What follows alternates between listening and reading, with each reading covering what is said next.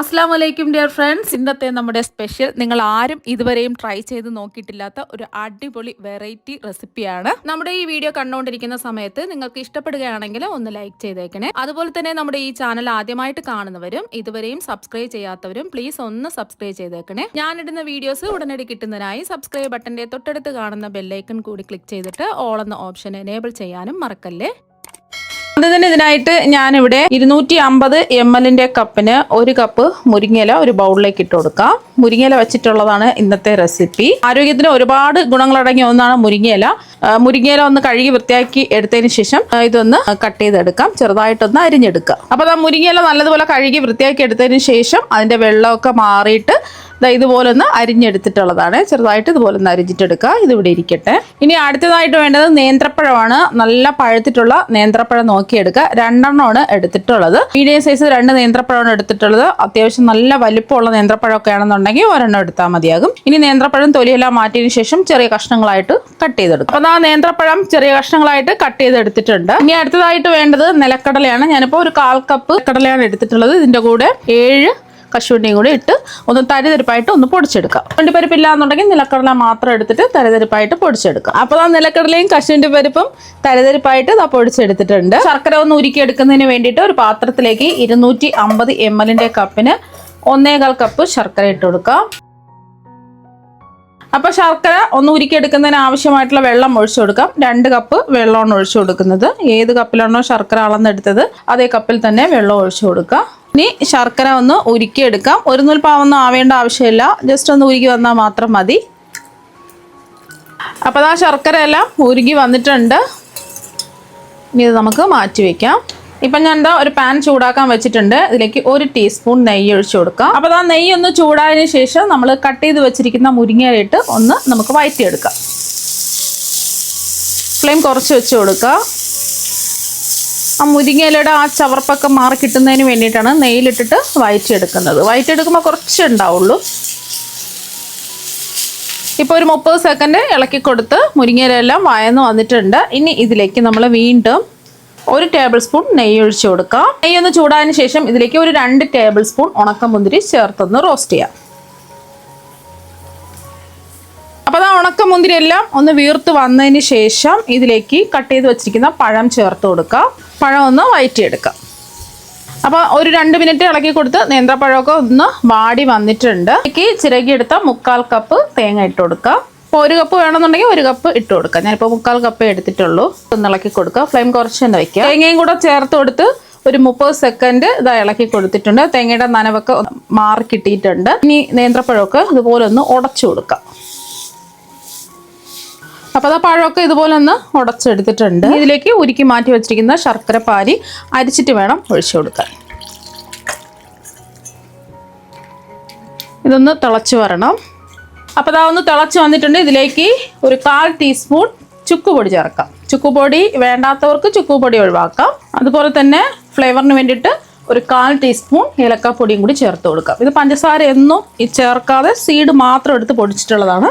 പഞ്ചസാരയും കൂട്ടി ചേർത്ത് പൊടിച്ച ഏലക്കപ്പൊടിയാണെന്നുണ്ടെങ്കിൽ 1 ടീസ്പൂൺ ചേർത്ത് കൊടുക്കാം. ഇനി ഇതിലേക്ക് ഒരു 2 നുള്ള ഉപ്പ് ചേർത്ത് കൊടുക്കാം. ഒന്ന് ഇളക്കി കൊടുത്തിട്ടുണ്ട്. ഇളക്കി കൊടുത്തതിന് ശേഷം ഇതിലേക്ക് നമ്മൾ ചേർത്ത് കൊടുക്കുന്നത് അരിപ്പൊടിയാണ്. ഒട്ടും തരിയൊന്നും ഇല്ലാത്ത വറുത്ത പച്ചരിപ്പൊടിയാണ് എടുത്തിട്ടുള്ളത്. ഇടിയപ്പം പത്രിക്കൊക്കെ എടുക്കുന്ന വറുത്ത പച്ചരിപ്പൊടി വേണം എടുക്കാൻ. ഒരുമിച്ച് ഇടരുത്, കുറച്ചായിട്ട് ഇട്ട് ഒന്ന് ഇളക്കി കൊടുക്കുക. ഞാനിപ്പോൾ 250 ml കപ്പിന് 1/4 കപ്പ് അരിപ്പൊടിയാണ് എടുത്തിട്ടുള്ളത്.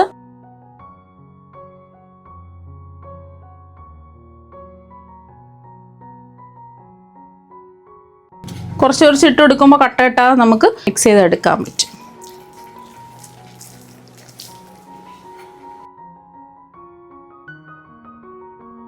അപ്പോൾ ഒന്ന് മിക്സ് ചെയ്ത് എടുത്തിട്ടുണ്ട്. ഇനി ഇതിലേക്ക് നമ്മൾ ചേർത്ത് കൊടുക്കുന്നത് ഗോതമ്പ് പൊടിയാണ്. ഒരു 1/4 കപ്പ് ഗോതമ്പ് പൊടി കുറച്ചായിട്ട് ഇട്ട് കൊടുക്കാം.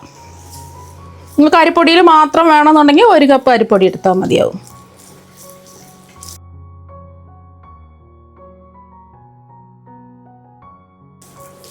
എല്ലാം ഒന്ന് നന്നായിട്ടൊന്ന് മിക്സ് ചെയ്തെടുക്കുക. അപ്പോൾ അതെല്ലാം ഒന്ന് ഗോതമ്പ് പൊടിയും കൂടെ ചേർത്ത് ഒന്ന് മിക്സ് ചെയ്ത് എടുത്തിട്ടുണ്ട്. ഇനി ഇതിലേക്ക് നമ്മൾ ലാസ്റ്റിൽ ചേർത്ത് കൊടുക്കുന്നത് നമ്മൾ പൊടിച്ചു വെച്ച നിലക്കടലയും കശുവണ്ടിപ്പരിപ്പുമാണ്. അത് മുഴുവനും അങ്ങ് ചേർത്ത് കൊടുക്കാം. വീണ്ടും എല്ലാം കൂടിയിട്ട് ഒന്ന് മിക്സ് ചെയ്യാം. എല്ലാം ചെയ്യുന്ന സമയത്ത് ഫ്ലെയിം കുറച്ച് തന്നെ വയ്ക്കുക. അപ്പോൾ അതെല്ലാം ഒന്ന് മിക്സ് ചെയ്ത് യോജിപ്പിച്ചെടുത്തിട്ടുണ്ട്. അപ്പോൾ പാനിൽ നിന്ന് ഇതുപോലെ വിട്ട് വരുന്ന സമയത്ത് നമുക്ക് ഒരുപാടിട്ട് ഇളക്കി കൊടുക്കേണ്ട ആവശ്യമൊന്നുമില്ല. ഇതുപോലെ ജസ്റ്റ് ആവുന്ന സമയത്ത് നമുക്ക് ചൂട് മാറാൻ വേണ്ടിയിട്ട് ഒരു പാത്രത്തിലേക്ക് മാറ്റാം. അടുത്തതായിട്ട് വേണ്ടത് വയണയിലയാണ്. വയണയില വേണമെന്ന് നിർബന്ധമൊന്നുമില്ല. വയണയില ഉണ്ടെങ്കിൽ വയണയില തന്നെ എടുക്കുക, അല്ലാതെ ഉണ്ടെങ്കിൽ പ്ലാവിലയോ അല്ലെങ്കിൽ വാഴയിലയോ എടുക്കാവുന്നതാണ്. വയണയില നല്ലതുപോലെ കഴുകി വൃത്തിയാക്കി എടുത്ത് വെച്ചിട്ടുണ്ട്. റെഡിയാക്കി വെച്ച മിക്സിന്റെ ചൂടൊക്കെ മാറിയിട്ടുണ്ട്. ഇനി ഇതിൽ നിന്നും കുറച്ച് മിക്സ് ഇതുപോലെ എടുക്കുക. ഇനി ഒരു വയണയില എടുക്കുക, ഇതുപോലെ ഒന്ന് നമുക്ക് കുമ്പിൾ കുത്തിയെടുക്കാം. എന്നിട്ട് ഈ ഒരു ഭാഗത്ത് നമുക്ക് ടൂത്ത് പിക്ക് വെച്ച് കുത്തി കൊടുക്കാം. ടൂത്ത് പിക്കോ ഈർക്കിലോ വെച്ചിട്ട് ഒന്ന് കുത്തി കൊടുക്കുക. എന്നിട്ട് ഇതിൻ്റെ ഉള്ളിൽ നമുക്ക് മാവ് നിറച്ച് കൊടുക്കാം. മാവ് ഇട്ട് കൊടുത്തതിന് ശേഷം ഒന്ന് ഇതുപോലെ ഒന്ന് സ്പൂൺ വെച്ചിട്ട് ഒന്ന് പ്രസ് ചെയ്യുക. കൈവച്ചോ സ്പൂൺ വെച്ചോ പ്രസ് ചെയ്യുക. എന്നിട്ട് ഈ ഒരു ഇലയുടെ ഈ ഒരു അറ്റം വെച്ചിട്ട് ഇതുപോലെ ഉള്ളിലേക്ക് അങ്ങ് നമുക്ക് ആക്കി കൊടുക്കാം. അപ്പോൾ ഈ ഒരു രീതിക്ക് റെഡിയാക്കി എടുക്കാം. അപ്പോൾ ഇതുപോലെ ബാക്കിയെല്ലാം നമുക്ക് റെഡിയാക്കി എടുക്കാം. ഇനി ഇത് ആവിയേറ്റി എടുക്കുന്നതിന് വേണ്ടിയിട്ട് സ്റ്റീമറിൽ കുറച്ച് വെള്ളം തിളപ്പിക്കാൻ വെച്ചിട്ടുണ്ട്. ഇനി ഇത് വെച്ച് കൊടുത്ത് ഇത് മൂടി വെച്ച് നമുക്കിതൊന്ന് ആവിയേറ്റി വേവിച്ചിട്ടെടുക്കാം. മീഡിയം ടു ഹൈ ഫ്ലെയിമിൽ ആവിയേറ്റാൻ വെച്ചിട്ട് ഒരു 10 മിനിറ്റ് ഇതാ കഴിഞ്ഞിട്ടുണ്ട്. നല്ലൊരു മണം വരുന്നുണ്ട്. വയണയിലായതുകൊണ്ട് നല്ല മണമാണ് വരുന്നത്. ഫ്ലെയിം ഓഫാക്കിയിട്ട് ഇത് ചൂട് മാറാൻ വേണ്ടിയിട്ട് മാറ്റി വയ്ക്കാം. അപ്പോൾ ആ മുരിങ്ങയില വെച്ചിട്ടുള്ള വയണയിലപ്പം ഇതാ ഇവിടെ റെഡി ആയിട്ടുണ്ട്. ഇനി ഇതൊന്ന് ഓപ്പൺ ചെയ്ത് കാണിച്ചു തരാം.